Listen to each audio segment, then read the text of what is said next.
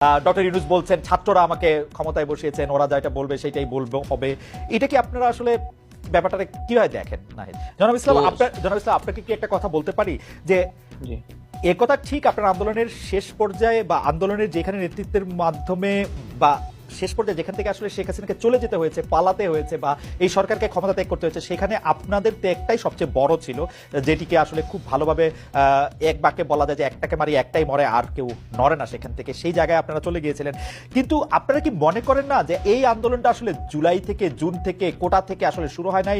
বিএনপির নেতাকর্মীরা বা জামায়াতের নেতাকর্মী বা বিরোধী দলের নেতাকর্মীরা, এমনকি বাম দলের নেতাকর্মীরা এই 15 বছর ধরে লাগাতার সংগ্রামের মধ্যে, আমি জানি না এনিবের বিরুদ্ধে কয়টি মামলা আছে, আমার কাছে মনে হয় সম্মিলিত মামলা, সেই ত্যাগটার কথা কি আপনারা আসলে স্বীকার করছেন? এখন তো মনে হচ্ছে যে মানে ব্যাপারটা হলো যে আমাদের এই পুরো আন্দোলন সংগ্রাম শুধু জুলাই মাস থেকেই শুরু হয়েছে, এরকম মনে হচ্ছে।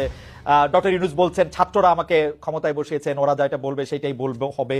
এটা কি আপনারা আসলে ব্যাপারটা কিভাবে দেখেন? নাহিদ, না, অবশ্যই এটা তো বিগত 16 বছর, আমরা আরো বলি 111 থেকে যেই আমাদের বিরাজনীতিকরণ শুরু হয়েছে, সেই সেই সময় থেকে কিন্তু আমাদের এই রাজনৈতিক সংগ্রামটা এবং আমাদের বিরোধী দলীয় নেতাকর্মীরা যেই আত্মত্যাগ করেছে, নির্যাতিত হয়েছে এবং নির্যাতিত হওয়ার পরেও তারা বারবার মাঠে নেমেছে।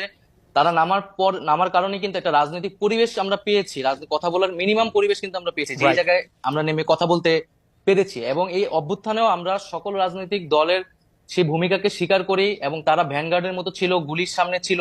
এবং ব্যক্তিগতভাবে বললেও কিন্তু ছাত্রদল বলেন বা শিবির বলেন বা বামপন্থী সংগঠন, প্রত্যেকেই আমাদেরকে নানাভাবে সহযোগিতা করেছে। ব্যক্তিগতভাবে আমাদের জীবন রক্ষার্থেও তারা অনেক ভূমিকা পালন করেছে। ওকে, আমার মনে হয় যে জনাব নাহিদ ইসলাম এটা খুব পরিষ্কার করে বলেন, নাহিদ ইসলামের উপদেষ্টা, এবং আপনাকে নিয়ে কটূক্তির অভিযোগে চট্টগ্রামে একটি নালিশি মামলা হয়েছে। আওয়ামী রেজিমের সময় এইসব মামলাকারীরা নানাভাবে পুরস্কৃত হতেন, রাষ্ট্রীয় সুযোগ সুবিধা পেতেন।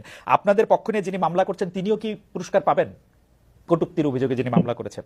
না, কখনোই না। আর এখানে একটা যেটা হয়েছে যে ধর্মীয় অবমাননার বিষয়টি এটার সাথে যুক্ত ছিল, এবং সাথে প্রধান উপদেষ্টা আমার নামে যুক্ত করা হয়েছে। এবং যিনি করেছেন মামলা তাকে তো আমি চিনিও না, এবং আমি আইন উপদেষ্টা যিনি তার সাথে যোগাযোগ করেছি যাতে এই মামলাটি বিষয়ে ব্যবস্থা নেওয়া হয়, এবং এই মামলায় যাতে গ্রেফতার না করা হয়।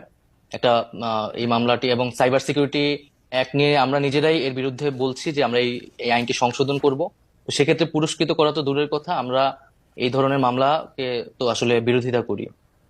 জনাব নাহিদ ইসলাম, সম্প্রতি গণমাধ্যমের স্বাধীনতা নিয়ে আপনি যে বক্তব্য দিয়েছেন তার সঙ্গে আওয়ামী লীগ আমলের একসময়ের তথ্যমন্ত্রী জনাব হাসান মাহমুদের কথার মিল পেয়েছেন অনেকেই, যা আবার ডিজাইন করে দুজনের ছবি দিয়ে সোশ্যাল মিডিয়াতে শেয়ার করা হয়েছে। আমরা কি এখনো আগের মতোই স্বাধীন কিনা?